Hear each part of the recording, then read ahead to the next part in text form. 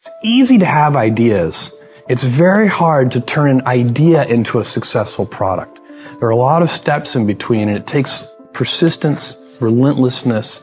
So I always tell people who are, who think they want to be entrepreneurs, you need a combination of stubborn relentlessness and flexibility. And you have to know when to be which. And basically, you need to be stubborn on your vision, because otherwise it'll be too easy to give up. But you need to be very flexible on the details, because as you go along pursuing your vision, you'll find that some of your preconceptions were wrong, and you're going to need to be able to change those things. So I think taking an idea successfully all the way to the market and turning it into a real product that people care about and that really improves people's lives is a lot of hard work. You guys will find that you have passions, and having a passion is a gift. I think we all have passions, and you don't get to choose them, they pick you, but you have to be alert to them. You have to be looking for them. And when you find your passion, it's a fantastic gift for you because it gives you direction, it gives you purpose. You can have a job, or you can have a career, or you can have a calling, and the best thing is to have a calling. And if you find your passion, you'll have that, and all your work won't feel like work to you. You can't skip steps. You have to put one foot in front of the other. Things take time. There are no shortcuts. And but you want to do those steps with passion and ferocity. Many kids and many grown-ups do figure out over time what their passions are. And sometimes we let I don't think it's that hard. I think what happens though sometimes is that we let our intellectual selves overrule those passions. And so that's what needs to be guarded against. One of my jobs as the leader of Amazon is to encourage people to be bold. And people love to focus on things that aren't yet working. And that's good, it's human nature. That kind of divine discontent can be very helpful. But it's incredibly hard to get people to take bold bets, and you need to encourage that. And if you're going to take bold bets, they're going to be experiments, and if they're experiments, you don't know ahead of time whether they're going to work. Experiments are by their very nature prone to failure, but a few big successes compensate for dozens and dozens of things that didn't work. So, bold bets, AWS, Kindle, Amazon Prime, our third-party seller business, all of those things are examples of bold bets that did work, and they pay for a lot of experiments. I've made billions of dollars of failures at Amazon.com, literally billions of dollars of failures. And you might remember Pets.com or Cosmo, or give myself a root canal with no anesthesia very easily. None of those things are fun, but they don't matter. What really matters is companies that don't continue to experiment, companies that don't embrace failure.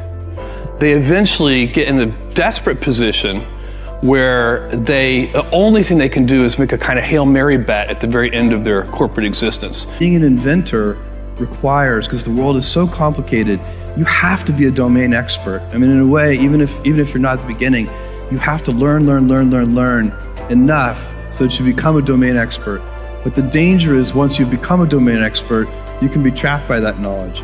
And so inventors have this paradoxical ability to have that 10,000 hours of practice and be a real domain expert, and have that beginner's mind. Have that look at it freshly, even though they know so much about the domain. And that's the key to inventing. You have to have both. And I think that is intentional. I think all of us have that inside of us, and we can all do it, but you have to be intentional about it. You have to say, yeah, I am going to become an expert. It's not, you could be out of work and have terrible work-life balance. Even though you've got all the time in the world, right. You could just feel like, oh my God, I'm miserable, and you would be draining energy. And so you have to find that harmony. It's a much better word. And I think for most people, it's about meaning. People want to know that they're doing something interesting and useful. And for us, because of the challenges that we have chosen for ourselves, we get to work in the future, and it's super fun to work in the future for the right kind of person. You need to be nimble and robust. So you need to be able to take a punch, and you also need to be quick and innovative and doing new things at a high speed. That's the best defense against the future. And you have to always be leaning into the future. If you're leaning away from the future is going to win every time. Never, ever, ever lean away from the future. Don't try to chase what is kind of the hot passion of the day.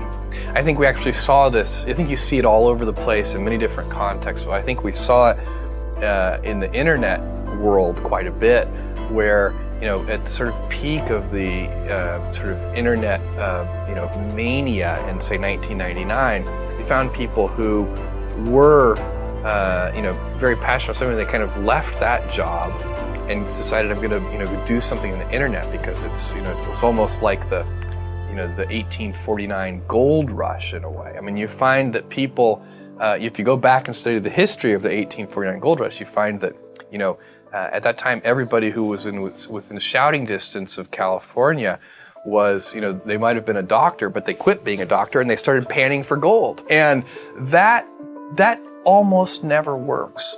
And even if it does work, according to some metric, financial success or whatever it might be, I suspect it leaves you ultimately unsatisfied. So you really need to be very clear with yourself.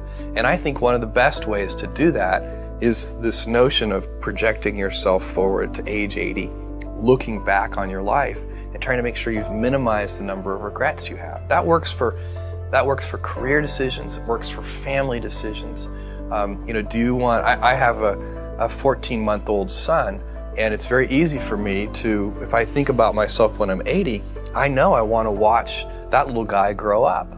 And so I don't want to be 80 and think, shoot, I missed that whole thing, and I don't have the kind of relationship with my son that I wished I had, and so on and so on. So if you think about that, so I guess another thing that I would recommend to people is that they always take a long-term point of view. And I think this is something about which there's a lot of controversy. There's a lot of people, and I'm just not one of them, believe that you should live for the now. I think what you do is you think about the great expanse of time ahead of you and try to make sure that you're planning for that in a way that's going to leave you ultimately satisfied.